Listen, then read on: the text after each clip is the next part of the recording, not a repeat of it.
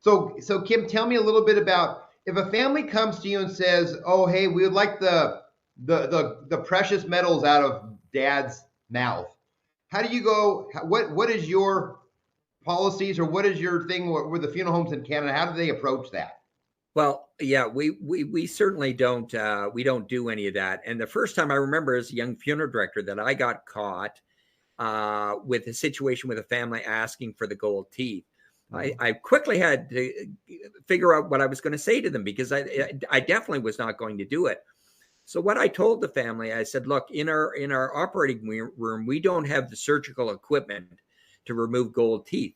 So I said, that being said, if you would get in touch with your family dentist, Yep. we can arrange for them to come and do that if everybody's on board. Well, as soon as I mentioned the idea of bringing on the family dentist, that shut the whole subject down. Yep. It was fine to ask the funeral director to move the gold teeth, but if I couldn't and I had to involve the family dentist, they weren't going down that road. So it Yep. never happened. Yeah, and we do the same thing. And to be honest with you, it has happened once at my funeral home. They brought their dentist in, and they had Dad's. I said, hey, that's fine. The dentist extracted him and handed it to him. There, they waited in the lobby while it happened, and they got their stuff, and they were all happy.